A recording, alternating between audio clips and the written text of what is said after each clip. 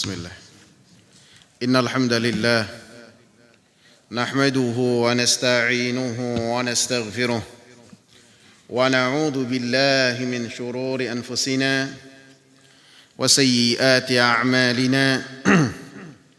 Man yahdihillahu fala mudilla lahu wa man yudlil fala hadiya lahu. أشهد أن لا إله إلا الله وأشهد أن محمدًا عبده ورسوله. اللهم صل وسلم وبارك على نبينا محمد وعلى آله وصحبه ومن اتبع بهداه إلى يوم القيامة وبعد.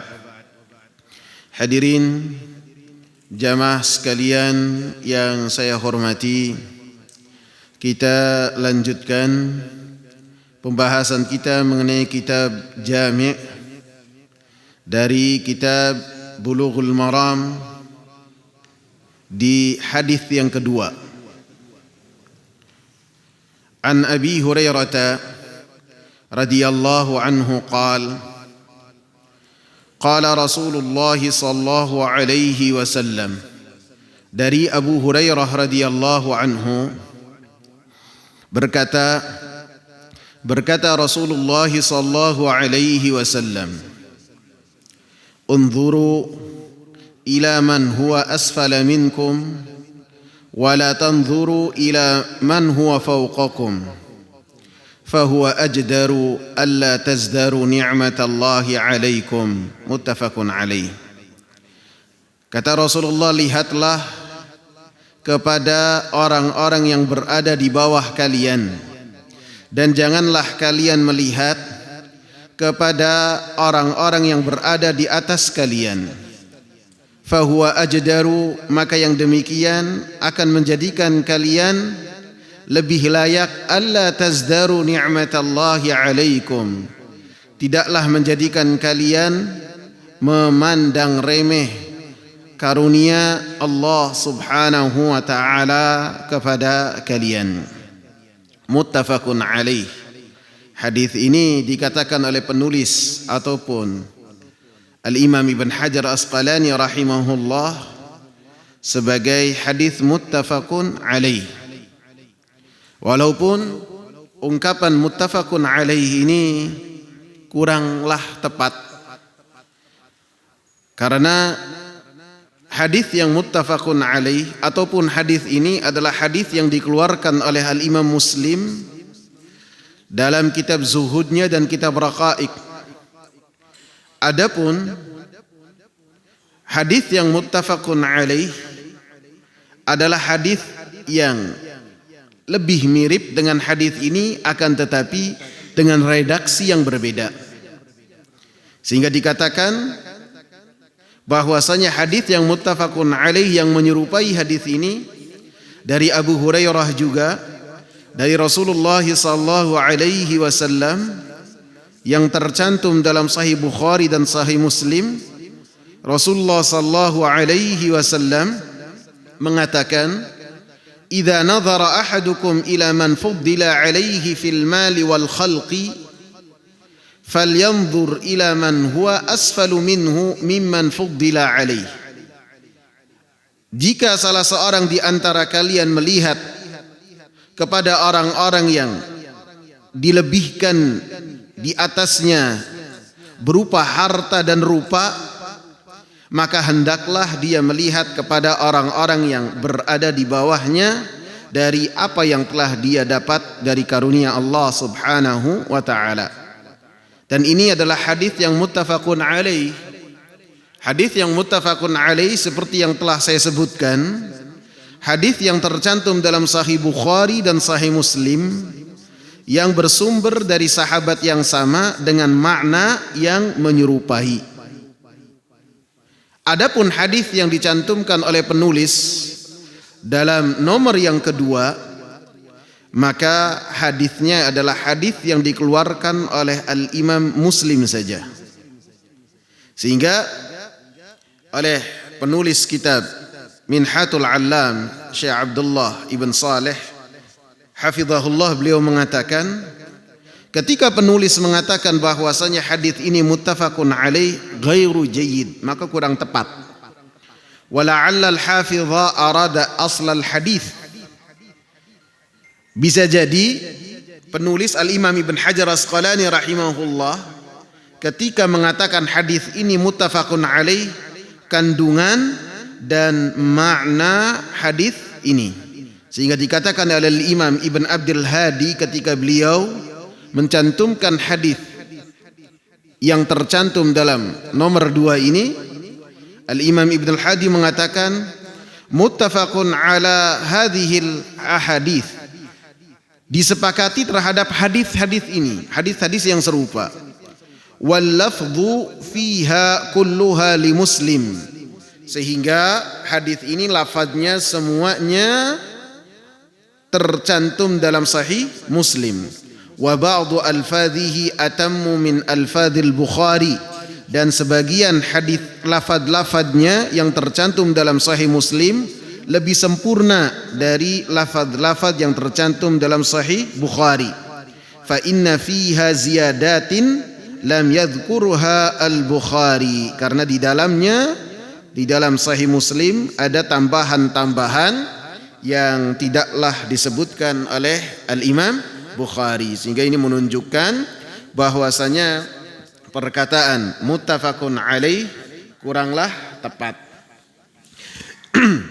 Di dalam hadis ini disebutkan yang berkaitan untuk kita melihat yang unzuru ila man huwa asfala minkum, kalian lihatlah terhadap orang-orang yang ada di bawah kalian. Artinya melihat ini bisa dengan mata, penglihatan mata, bisa juga dengan mata hati.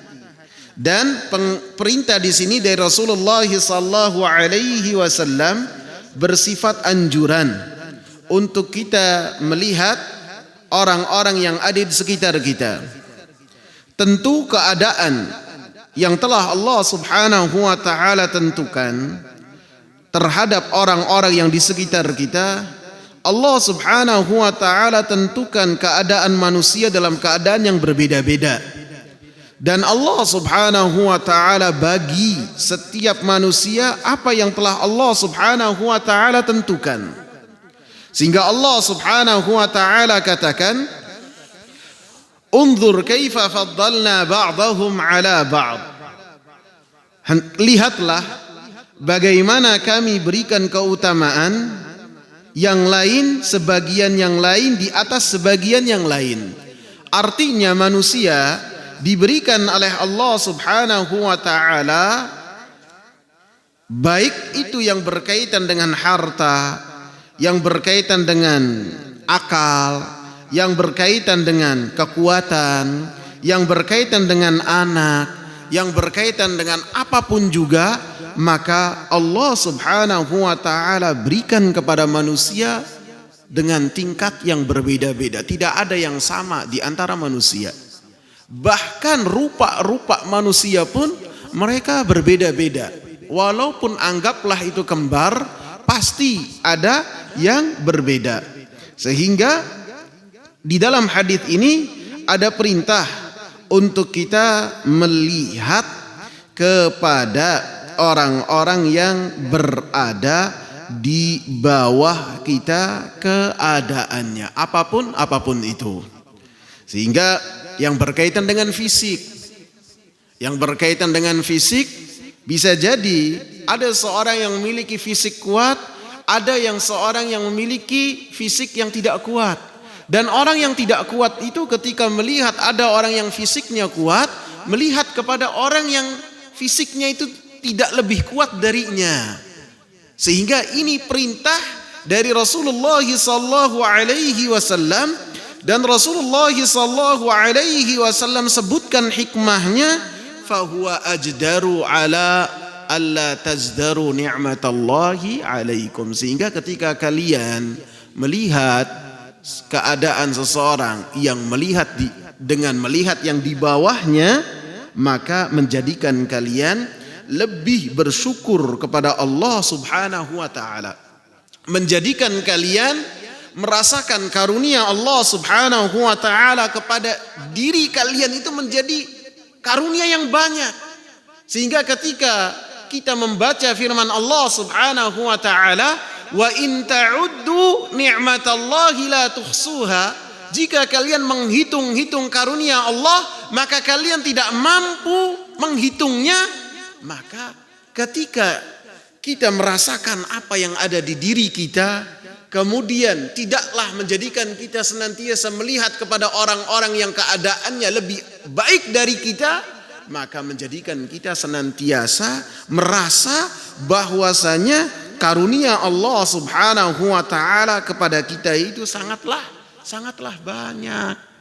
Sehingga kita tidak merasa bahwasanya karunia Allah Subhanahu wa taala kepada kita tidak kurang, tidak sedikit. Dengan apa? Dengan kita senantiasa melihat kepada orang yang berada di bawah kita dalam apapun itu. Dalam perkara dunia, Allah Subhanahu wa taala membagi-bagi rezeki. Dalam perkara disebutkan dalam perkara bisa jadi ketika seorang belajar, yang satu lebih cepat, yang satu agak lambat. Maka ketika yang lambat ini merasa bahwasanya yang cepat ini memiliki keutamaan dari Allah, dialah harus melihat kepada orang yang lebih di bawah lagi. Sehingga dia merasa karunia Allah Subhanahu wa taala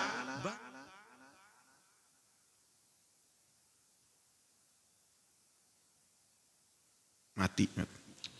Ya, nyala mati. Begitu juga yang berkaitan dengan akhlak. Berkaitan dengan akhlak. Dikatakan oleh Imam Muhammad bin Shalih Al-Utsaimin rahimahullah, yang berkaitan dengan akhlak juga, Allah Subhanahu wa taala membagi manusia rezeki-rezekinya dan akhlak-akhlaknya. Allah bagi. Sebagian manusia ada yang akhlaknya luar biasa. Hormat kepada yang tua, sayang kepada yang muda, dan bagaimana wajahnya sumringah tersenyum, dan bagaimana dia dadanya lapang ketika bermuamalah.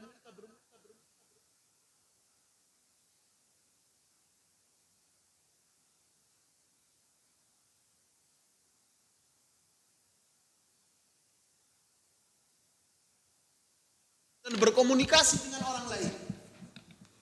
Maka kata Imam Ibn Utsaimin rahimahullah,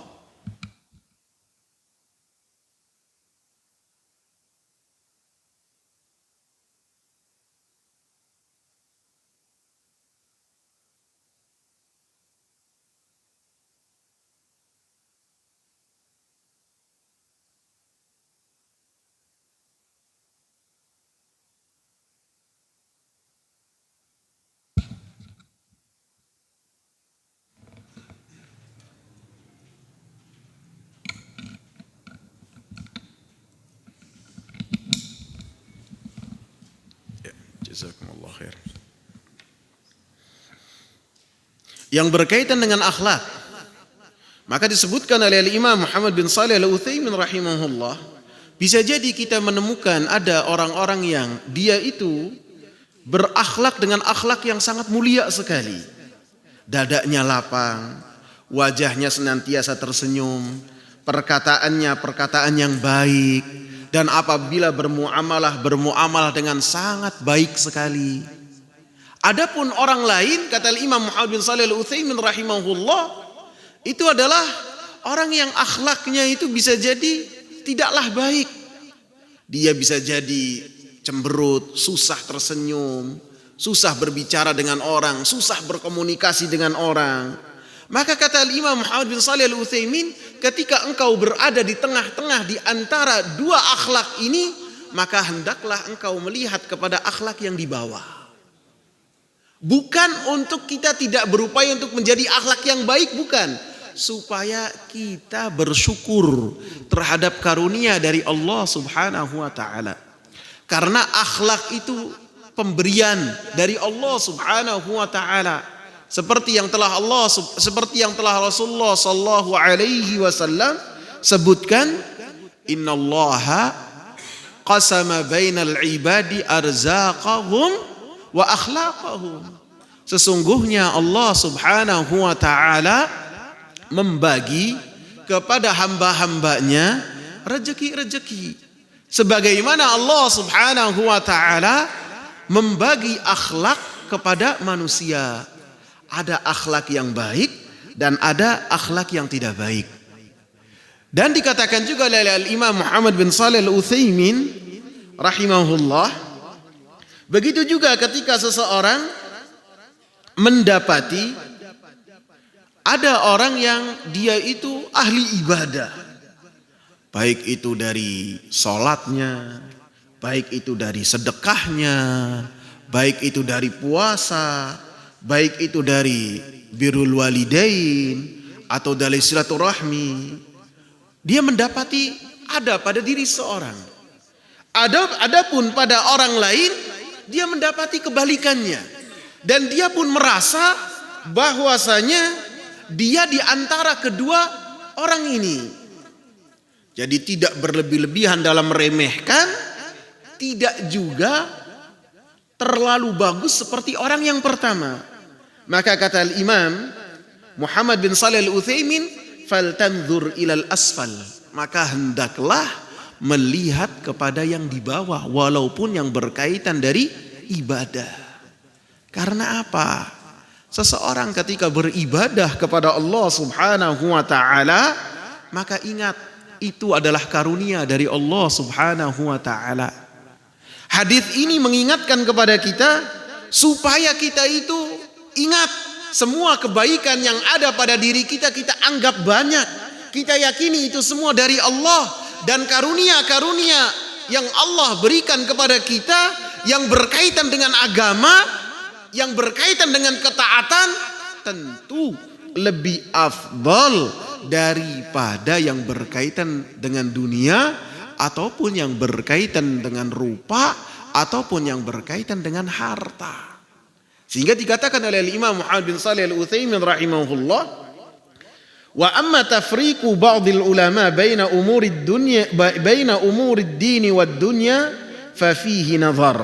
Adapun ketika sebagian ulama memisahkan ketika membahas tentang hadis ini, memisahkan antara perkara-perkara din, perkara-perkara agama, perkara-perkara ketaatan dengan perkara-perkara dunia, maka kata beliau haruslah ditinjau kembali. Ini kurang tepat.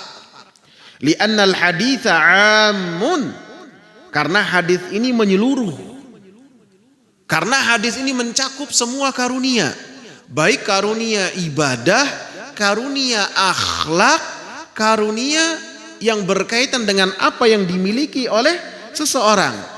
Sehingga ketika dia melihat yang di bawahnya, Allah Subhanahu wa taala sebutkan hikmahnya supaya orang itu bersyukur kepada Allah Subhanahu wa taala. Sehingga ketika melihat orang-orang yang di bawah dari dia dari beribadah kepada Allah Subhanahu wa taala, dia berkata, alhamdulillahilladzi hadani. Segala puji milik Allah Subhanahu wa taala yang telah memberikan petunjuk kepadaku, sehingga dia senantiasa merasa di atas kebaikan.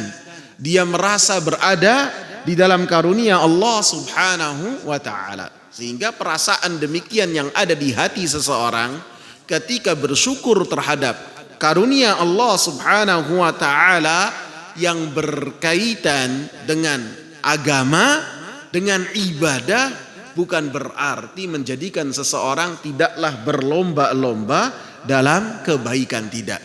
Berlomba-lomba dalam kebaikan adalah pembahasan yang lain.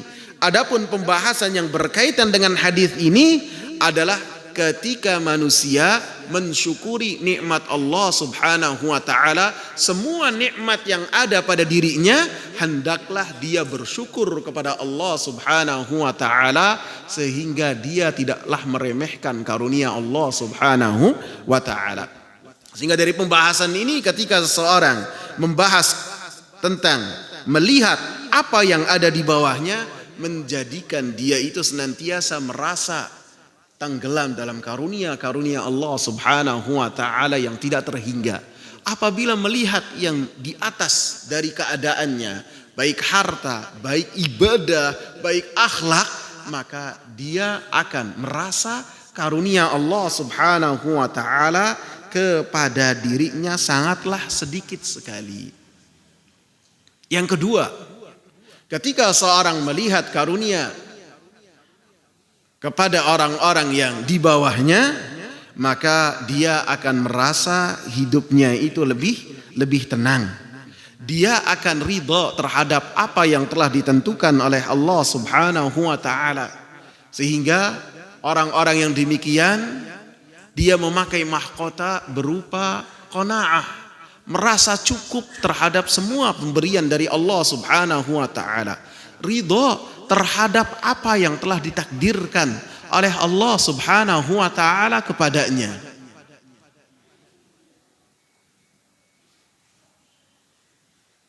Antum afan, jangan gerak-gerak kepalanya ya. Ana pusing. Saya mana tadi?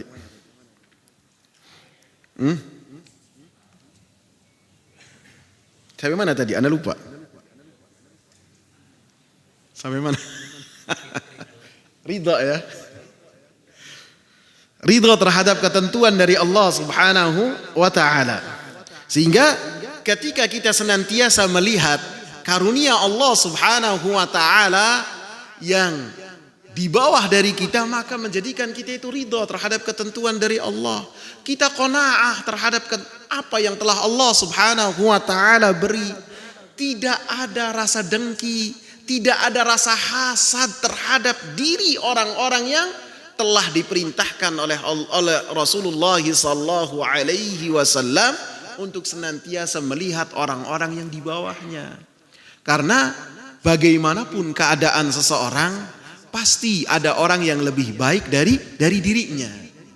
Sehingga termasuk kenikmatan orang-orang yang berada di dalam surga, maka mau bagaimanapun keadaannya, dia akan senantiasa merasa dalam kenikmatan yang luar biasa, karena hatinya, rasa dengkinya, rasa iri oleh Allah Subhanahu wa taala dibersihkan. Allah Subhanahu wa taala katakan dalam surat Al-A'raf ayat 43, "Wa naza'na ma fi sudurihim min ghillin." Dan kami ambil dari dada-dada mereka ghil, rasa dengki. Tajri min tahtihimul anhar, mengalir di bawah mereka sungai-sungai. Wa qalu, maka mereka berkata apapun keadaannya, Alhamdulillahilladzi hadana li hadza wa ma kunna linahtadiya laula an hadanallah. Segala puji milik Allah. Ini mereka ucapkan apapun keadaannya, baik itu yang paling rendah ataupun pertengahan, lebih-lebih yang paling atas. Karena penduduk surga itu, di surga itu ada berapa tingkatan? 100 tingkatan. Yang satu tingkat dengan tingkat yang lain jaraknya berapa? Antara langit dan bumi. Yang paling rendah ketika dimasukkan ke dalam surga, maka dia menjadi seakan-akan mengalahkan raja yang di dunia. Walaupun dia itu dalam keadaan yang sangat rendah di surga. Karena apa? Rasa iri ketika melihat orang lain senang. Rasa susah ketika melihat kemudahan orang, itu tidak ada di hati penghuni surga. Sehingga ketika seseorang melihat orang-orang yang di bawahnya, tidak melihat di atasnya, maka menjadikan mereka pribadi-pribadi yang bersyukur kepada Allah Subhanahu wa taala. Mereka menjadi orang-orang yang senantiasa memiliki qanaah, ridha kepada ketentuan dan takdir Allah Subhanahu wa taala, sehingga di hatinya tidak ada rasa dengki dan tidak ada rasa hasad sama sekali. Sehingga ketika melihat karunia-karunia yang di bawah ini, menjadikan seseorang senantiasa bersyukur kepada Allah Subhanahu wa taala. Kemudian Rasulullah sallallahu alaihi wasallam sebutkan, fahuwa ajdaru alla tazdaru ni'matallahi 'alaikum. Jika kalian melakukan demikian, maka kalian tidaklah akan meremehkan karunia-karunia Allah Subhanahu wa taala kepada kalian. Di dalam hadis ini menunjukkan bagaimana luar biasanya Nabi sallallahu alaihi wasallam memberikan petunjuk kepada para sahabat.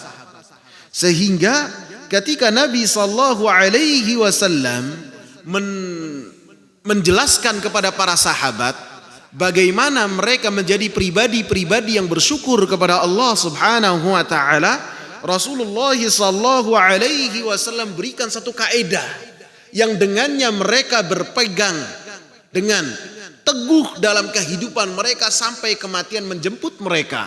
Sehingga para sahabat ridwanullahi alaihim mereka menjadi pribadi-pribadi yang bersyukur kepada Allah Subhanahu wa taala karena mereka berpegang teguh dengan apa yang telah disampaikan oleh Rasulullah, kaidah yang telah Rasulullah sallallahu alaihi wasallam berikan kepada para sahabat, sehingga para sahabat mencerna dengan baik.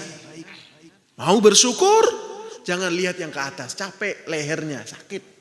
Lihat yang ke bawah, sehingga kalian menjadi orang-orang yang bersyukur kepada Allah Subhanahu wa taala. Dan di dalam hadis ini juga bagaimana Rasulullah sallallahu alaihi wasallam sangat bagus sekali dalam memberikan pengajaran kepada para sahabat. Rasulullah sallallahu alaihi wasallam tidaklah memerintah, tidaklah melarang, kecuali Rasulullah sallallahu alaihi wasallam sebutkan alasannya. Apa alasannya? Sehingga apabila alasan itu dipahami oleh orang yang mendengar perintah, oleh orang yang mendengar larangan, maka dia ketika mengamalkan perintah atau menjauh dari larangan tersebut dengan ketenangan yang luar biasa karena ia paham terhadap makna dan hikmah di balik larangan tersebut. Walaupun pada hakikatnya orang-orang yang beriman mereka sifatnya adalah senantiasa tunduk patuh terhadap perintah Allah dan perintah Rasulnya. Tidaklah mereka sibuk dengan mencari hikmah. Tidak. Ketika ada larangan dari Rasulullah, mereka katakan sami'na wa ata'na. Ketika ada perintah dari Allah, mereka katakan sami'na wa ata'na. Tidak sibuk dengan mencari hikmah. Sehingga ketika ada orang yang bertanya kepada Aisyah radhiyallahu anha tentang kenapa perempuan itu ketika datang bulan puasa diqodho, sholat tidak diqodho. Padahal sholat sama puasa tinggi mana kedudukannya? Sholat. Maka Aisyah langsung mengatakan aharuriyatun anti, engkau ini orang Khawarij. Bertanya dengan pertanyaan orang Khawarij, karena orang Khawarij keyakinan mereka perempuan-perempuan yang datang bulan harus mengqodho sholatnya. Jadi apabila sholat 5 waktu itu 5 kali, tidak datang bulannya itu 7 hari, maka langsung tuh setelah selesai mengqodho 35 sholat. Jadi berat sekali. Maka Aisyah langsung mengatakan aharuriyatun anti, engkau ini seorang haruriyah, seorang Khawarij. Maka kata Aisyah radhiyallahu anha, kana yusibuna dzalika fanu'maru biqada'is shaumi wa la nu'maru biqada'is shalah. Dulu kami di zaman Rasulullah, perempuan-perempuan di sekitar Rasulullah, mereka mendapatkan datang bulan. Maka kita diperintah oleh Rasulullah sallallahu alaihi wasallam untuk mengqadha puasa dan tidak diperintah untuk mengqadha salat. Sehingga para sahabat mereka senantiasa berserah diri terhadap ketentuan yang telah ditentukan oleh Allah dan Rasulnya. Walaupun demikian, Rasulullah sallallahu alaihi wasallam ketika memerintah dan melarang, maka terkadang Rasulullah sallallahu alaihi wasallam menyebutkan hikmah, menyebutkan alasannya. Maka ketika kita memerintah dan melarang pun, maka idealnya kita sebut Apa alasannya? Sehingga ketika orang yang mendengar siapapun itu akan memahami maksud dan tujuan dari kita melarang ataupun memerintah. Dalam surat Yusuf, Allah Subhanahu wa taala menceritakan diskusi antara seorang ayah dengan anaknya. Nabi Yusuf alaihi salam menceritakan kepada ayahnya apa yang ia lihat di mimpi. Kemudian Nabi Yusuf alaihi salam setelah menceritakan kepada bapaknya Nabi Yakub apa yang dia lihat dalam mimpinya, maka Nabi Yakub alaihi salam berkata, "Ya bunayya la taqsus ru'yaka ala ikhwatika fayakidu laka kaida. Inna syaitana lil insani aduwwum mubin." Wahai anakku Yusuf, janganlah engkau ceritakan mimpimu itu kepada 11 saudaramu yang lain. Fayakidu laka kaida, sehingga ketika mereka mendapati Allah Subhanahu wa taala mengkhususkan kepadamu dengan satu karunia yang tidak mereka dapat, maka mereka akan dengki dan mereka akan berbuat makar kepada engkau. Inna syaitana lil insani aduwwum mubin. Sesungguhnya syaitan kepada manusia adalah musuh yang nyata. Maka dalam surat ini atau ayat ini Nabi Yakub alaihi salam melarang, kemudian Nabi Yakub alaihi salam menjelaskan alasannya sehingga si anak ini bisa melaksanakan dengan tenang dan tentram.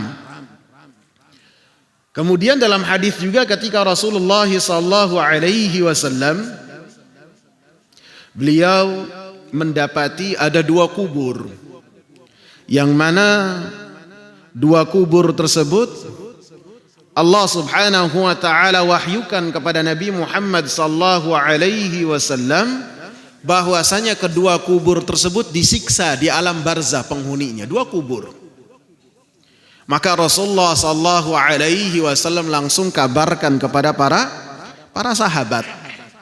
Kemudian Rasulullah sallallahu alaihi wasallam sebutkan bahwasanya yang satu dosa diazab di alam barzah itu la yastanzihu minal baul, dia tidak cebok setelah buang air kecil. Yang kedua, wa kana yamshi bainan nasi bin namimah. Yang kedua adalah orang yang suka menebar kebencian di antara manusia, mengadu domba. Maka Rasulullah sallallahu alaihi wasallam mengambil 2 pelepah korma yang basah.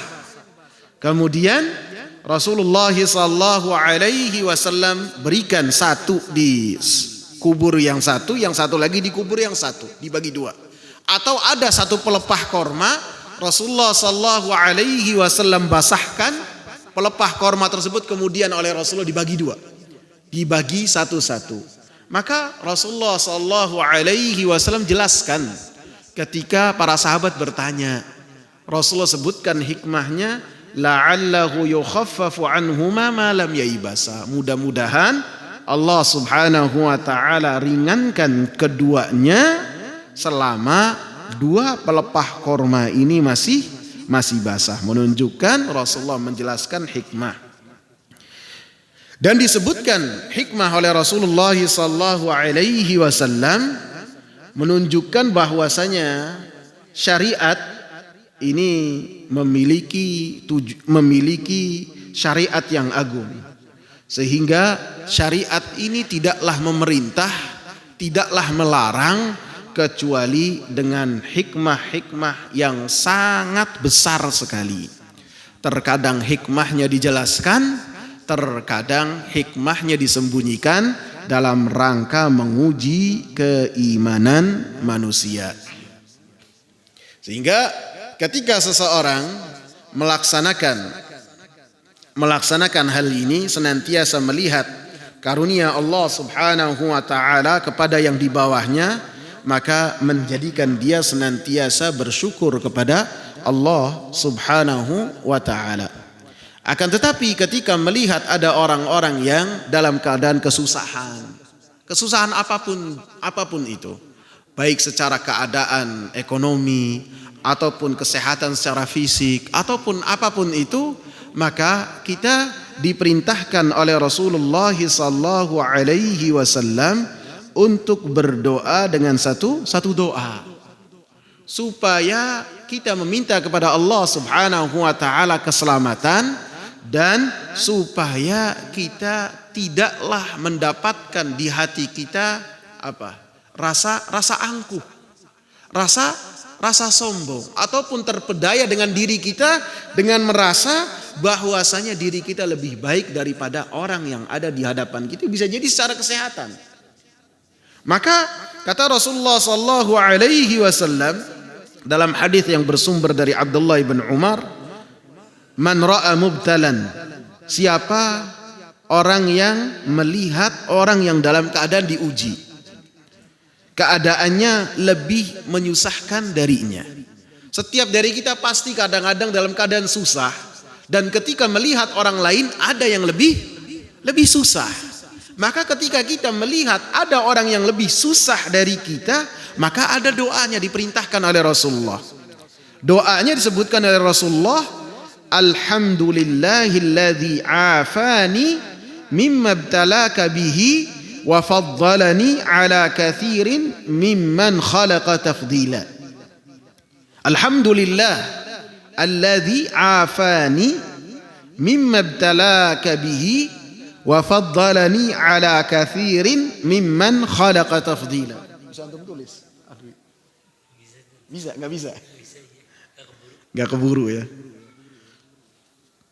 Maka antum Dwi apa Gusti namanya? Namanya Dwi apa Gusti? Gusti bukan Dwi. Salah berarti. Ada orang yang mirip berarti. Atau ana salah save nomor antum kali. Ya. Ya, alhamdulillahilladzi afani, segala puji milik Allah Subhanahu wa taala yang telah menyelamatkan saya dari apa yang menimpamu, mimma btalaka bihi wa faddalani ala kathirin mimman khalaqa tafdila, dan memberikan kepada saya keutamaan di atas kebanyakan dari apa yang telah diciptakan oleh Allah dengan sebenar-benar keutamaan. Siapa yang membaca doa ini ketika melihat orang kesusahan, lam yusibhu dzalikal bala, maka tidaklah mendapatkan kesusahan dari apa yang dia lihat. Akan tapi para ulama menyebutkan etika ketika membaca doa ini, tidaklah kita melihat orang kesusahan kemudian di hadapannya, dan orang yang kesusahannya itu melihat dan mendengar kemudian membaca doa ini. Ini tidak baik, tidak bagus. Akan tapi ketika berdoa dengan doa ini, ketika bisa jadi melihat dari jauh ataupun ketika menjauh dari orang yang sakit ataupun apapun itu keadaannya, maka kita berdoa dengan doa ini. Yang penting yang orang yang kita meminta perlindungan kepada Allah dari keadaannya itu tidak mendengarkan apa yang kita ucapkan. Dalam rangka apa? Menjaga perasaan orang tersebut. Karena Rasulullah mengatakan lam yusibhu dzalikal bala, maka tidaklah akan tertimpa dengan apa yang menimpanya. Jadi dengan melihat orang yang keadaannya lebih bawah dari kita, seperti yang telah diperintahkan oleh Rasulullah sallallahu alaihi wasallam, menjadikan kita akan lebih bersyukur kepada Allah Subhanahu wa taala. Dan yang termasuk yang akan menjadikan seseorang mudah untuk bersyukur terhadap karunia-karunia Allah Subhanahu wa taala, di antaranya adalah dengan berdoa kepada Allah Subhanahu wa taala supaya kita diberikan taufik oleh Allah Subhanahu wa taala untuk bersyukur terhadap karunia-karunia Allah Subhanahu wa taala yang sampai kepada kita. Dalam surat An-Naml ayat 19, Allah Subhanahu wa taala ceritakan ketika Nabi Sulaiman alaihi salam mendengar pembicaraan semut dan pasukannya. Semut yang melihat Nabi Sulaiman berserta dengan pasukannya, dia memerintahkan kepada semut yang lain supaya masuk ke sarang-sarang mereka. Tuh, hatta semut saja Allah abadikan, udkhulu masakinakum la yahtimannakum Sulaiman wa junuduhu wa hum la yash'urun. Wahai pasukan semut, kalian masuklah ke sarang-sarang kalian. Ini kan perintah. Setelahnya disebutkan alasannya. Jangan sampai Sulaiman dan bala tentaranya menginjak-injak kalian sedangkan mereka tidak tahu keberadaan kalian. Ada alasannya. Maka Nabi Sulaiman fatabassama dhahikan min qawliha. Nabi Sulaiman tersenyum dari perkataan semut tersebut. Wa qala, kemudian Nabi Sulaiman berdoa kepada Allah, Rabbi auzi'ni an ashkura ni'mataka allati an'amta alayya wa ala walidayya wa an a'mala salihan tardahu wa adkhilni birahmatika fi ibadika salihin. Nabi Sulaiman berkata, wahai Rabbku, auzi'ni, karuniakanlah kepadaku, berikanlah ilham kepadaku, supaya saya bersyukur terhadap karunia yang engkau berikan kepada saya dan kepada kedua orang tua saya. Wa an a'mala salihan tardah, dan supaya saya beramal dengan amal yang saleh yang engkau ridhai, dan masukkanlah aku dengan rahmatmu di dalam hamba-hambamu yang saleh. Jadi seorang nabi saja ketika pengen bersyukur kepada Allah Subhanahu wa taala, dia meminta tolong kepada Allah, meminta bantuan kepada Allah Subhanahu wa taala supaya dimudahkan oleh Allah Subhanahu wa taala untuk bersyukur kepada Allah Jalla Jalaluh. Demikian juga Nabi Muhammad sallallahu alaihi wasallam. Maka Nabi Muhammad sallallahu alaihi wasallam pernah suatu ketika memegang tangannya Muadz ibn Jabal. Muadz bin Jabal ini ulamanya dari kalangan sahabat, sehingga disebutkan a'lamu ummati bil halali wal haram.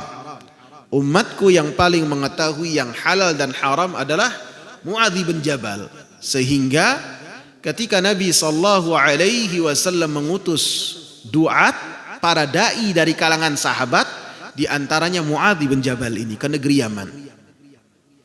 Maka Rasulullah sallallahu alaihi wasallam memegang tangannya sebelumnya, sehingga Rasulullah katakan pada hari akhir kelak para ulama dikumpulkan di satu tempat, maka di depannya adalah Muadz ibn Jabal. Di depannya Muadz, di belakangnya adalah para ulama dari umatnya Nabi sallallahu alaihi wasallam, menunjukkan kedudukan Muadz ibn Jabal ini kedudukan yang tinggi. Rasulullah memegang tangannya Muadz ibn Jabal. Kemudian Rasulullah berkata kepada Muadz, ya Muadz, wallahi inni la uhibbuk, wallahi inni la uhibbuk. Wahai Muadz, demi Allah, sesungguhnya saya mencintai engkau. Sesungguhnya saya mencintai engkau. Kemudian Rasulullah sallallahu alaihi wasallam katakan, usika ya Muadz, saya berwasiat kepada engkau. Artinya wasiat yang Rasulullah sallallahu alaihi wasallam wasiatkan kepada Muadz berasaskan sayangnya Rasulullah sallallahu alaihi wasallam kepada Muadz. Kemudian Rasulullah katakan, la tada'anna fi duburi kulli salatin an taqul, janganlah engkau meninggalkan di akhir salat engkau untuk engkau berdoa, Allahumma a'inni ala dzikrika wa syukrika wa husni ibadatik. Ya Allah, tolonglah saya supaya saya ini bisa berzikir, menyebut nama engkau. Amalan yang ringan akan tapi memiliki ganjaran yang luar biasa. Ini zikir ringan. Tidak ada orang yang berkeringat berbasah-basah dengan keringat karena berzikir, tidak ada, ringan. Bisa jadi seorang dari majelis ini pulang ke rumahnya baik dekat ataupun jauh berzikir dengan 1000 kali atau lebih dari itu ketika berzikir. Akan tapi banyak orang yang melalaikannya. Fadhkuruni adzkurkum, kalian berzikirlah kepadaku, niscaya kata Allah aku akan menyebut kalian, memuji kalian. Ala dzikrik, tolonglah saya untuk berzikir kepadamu, wa syukrik, dan untuk bersyukur terhadap karunia-karunia engkau, wa husni ibadatik, dan untuk senantiasa ketika beribadah dalam keadaan yang baik, ibadahnya ikhlas kepada Allah Subhanahu wa taala sesuai dengan apa yang telah dicontohkan oleh Rasulullah sallallahu alaihi wasallam. Sehingga dari hadis ini menunjukkan apabila kita ingin bersyukur kepada Allah Subhanahu wa taala, di antaranya adalah dengan kita berdoa kepada Allah Subhanahu wa taala fi duburi kulli shalah, di akhir salat. Kalau arti tekstualnya itu di dubur salat kita. Dubur salat itu apa artinya? Sebagian ulama memaknakan selesai salam. Sebagian ulama yang lain memaknakan dubur salat itu sebelum salam. Dan ini pendapat yang saya kuatkan, bahwasanya dubur salat adalah bagian dari salat. Sebagaimana ketika kita mengatakan di bagian hewan ini dubur hewan, maka dubur tersebut adalah bagian dari hewan tersebut. Maka ketika kita mengatakan, Rasulullah mengatakan dubur salat, duburnya salat, maka itu masih dalam satu kesatuan dari salat. Salat diawali dengan takbiratul ihram, diakhiri dengan apa? Dengan salam. Maka duburnya salat, akhirnya salat adalah sebelum salam. Sebelum salam, setelah tahiyat akhir, setelah kita meminta perlindungan kepada Allah dari fitnah dunia, fitnah kubur, fitnah azab, maka setelahnya kita berdoa. Karena Rasulullah mengatakan, falyas'al minal mas'alati ma sya'. Hendaknya ketika seseorang selesai dalam tasyahud akhir sebelum salam, meminta kepada Allah Subhanahu wa taala permintaan apa saja yang dia kehendaki. Dia kehendaki apa saja? Apa saja? Apa saja?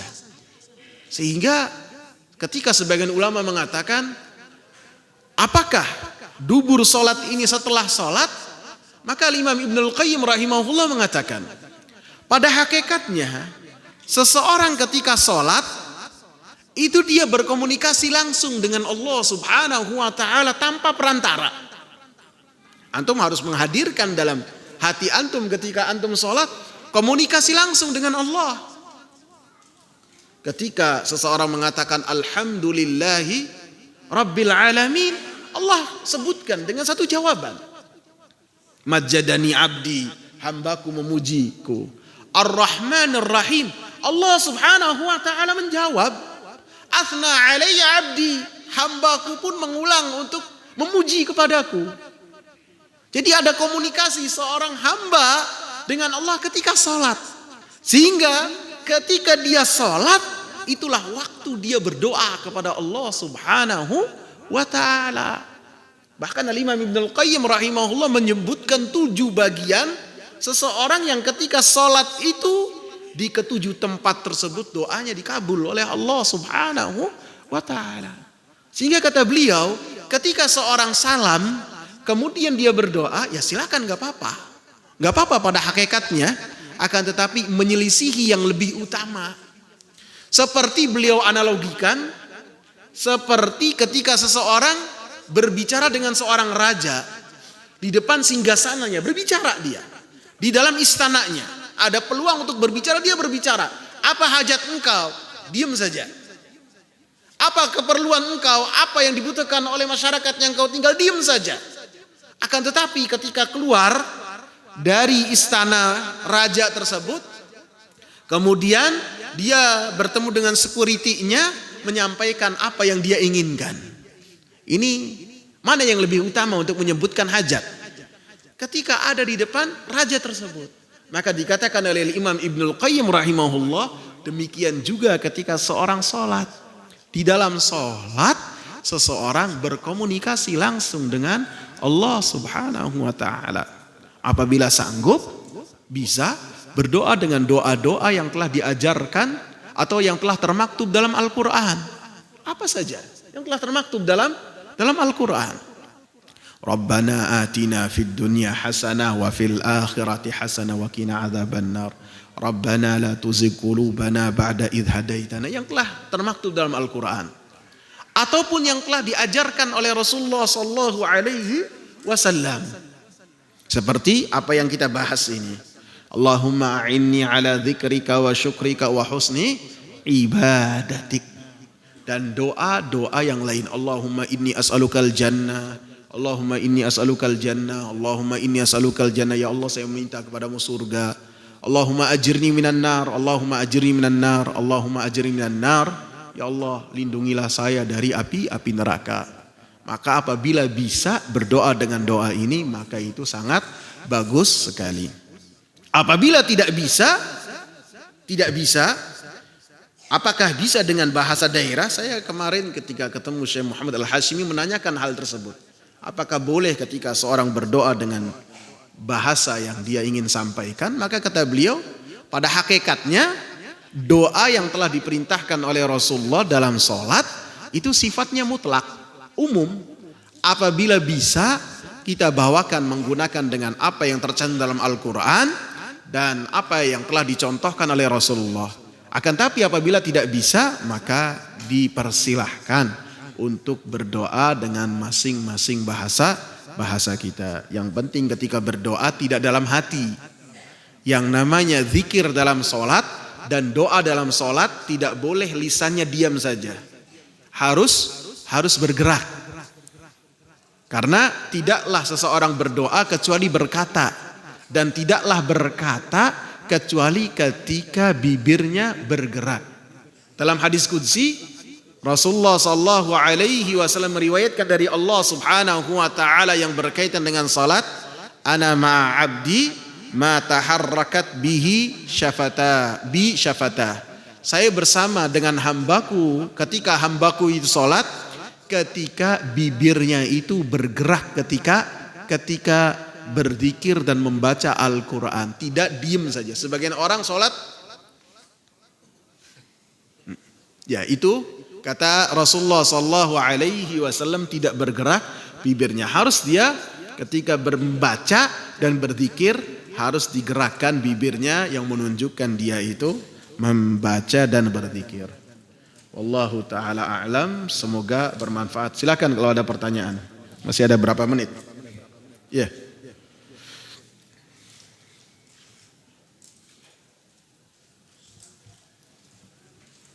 Ya, silakan, Ami Hafid.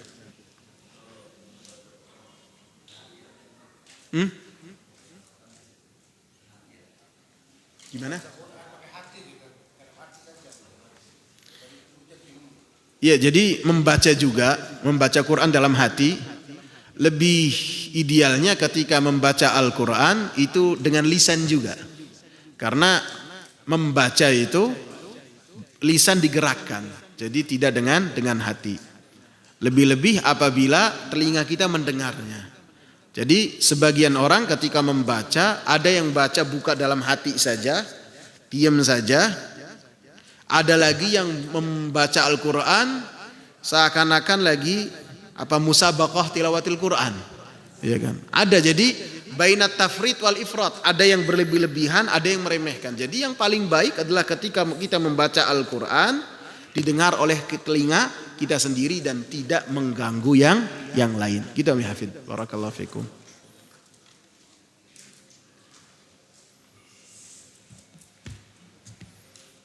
Cukup ya.